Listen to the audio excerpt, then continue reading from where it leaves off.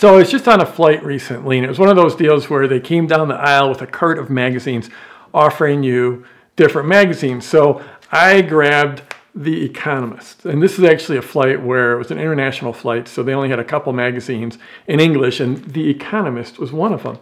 And I've read this from now and then, a couple times throughout my life. And it's a really intense magazine. It's been published, I think, since like 1848 or something. It tends to dwell on, or not dwell on, focus on well, news and the markets and finances. And it's really intense. It's like, it's just got lots of really, really long articles that look like this, with no pictures and very, very few ads. It just, you know, really, really long, intense articles. And so like when I want to pretend that I'm smart or feel like I'm smart, I'll get The Economist. And yeah, good magazine, but boy, like reading this one issue is probably like reading 3 novels. It'll take me months to go through. So anyways, I got this magazine and I didn't realize it, but when I got it, it was actually a month old. This is from October 7th. Is when this issue came out.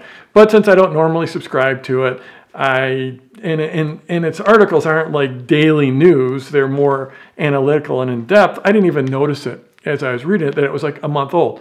So like it's still got great articles, and I'm going through it and I'm reading it, and I'm reading this one article, and the article is titled "The Bubble Without Any Fizz," subtitle, "Low Interest Rates Have Made More or Less All Investments Expensive." And it's talking about the historical basis for pricing of all these different asset classes. And I am a bit of a closet geek, so I was actually reading this article. And but the interesting thing is, as I get onto the second page, there's a subhead, and you're probably not going to be able to read it there, but it says "Raised on Promises." Raised on Promises. And that line, I'm like, that's an interesting phrase here, because that is from a song. That's a quote from a song.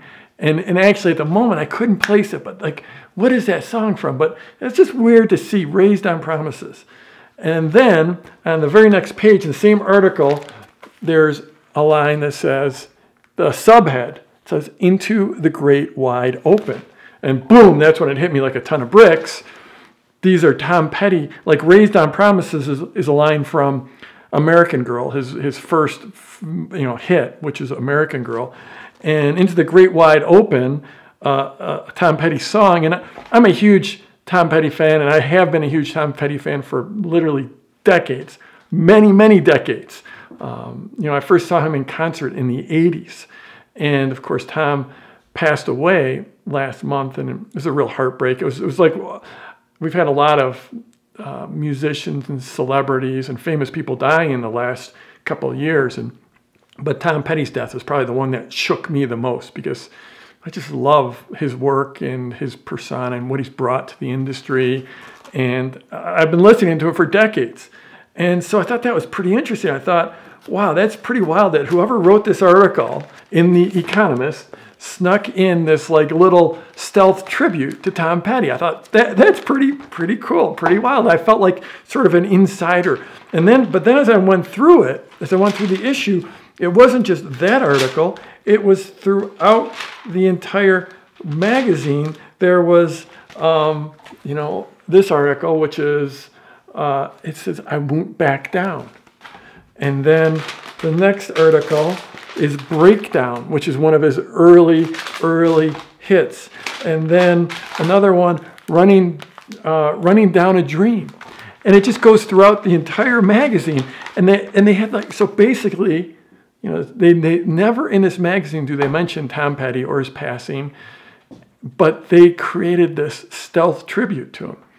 And I thought that was amazingly awesome. It just felt like, basically, I'm going to go subscribe to this magazine just because of that.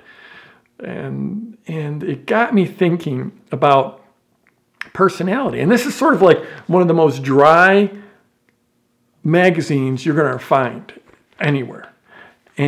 But still within that magazine, which is just very intense and very cerebral and very dry, they found a way to create some personality, to create a tribute to Tom Petty. And as I look like through my career, though, after 21 years in business online, there's been a very few things that I think I really did right that really distinguished me and created my success. And one of those was that I've never been afraid to share my personality. Even back at the very beginning when I was just publishing via email, I always wrote in a very personal voice so people could tell it was personally from me, and hopefully develop a connection to me. And not everyone develops a connection to me. A lot of people, like, my voice doesn't resonate with them.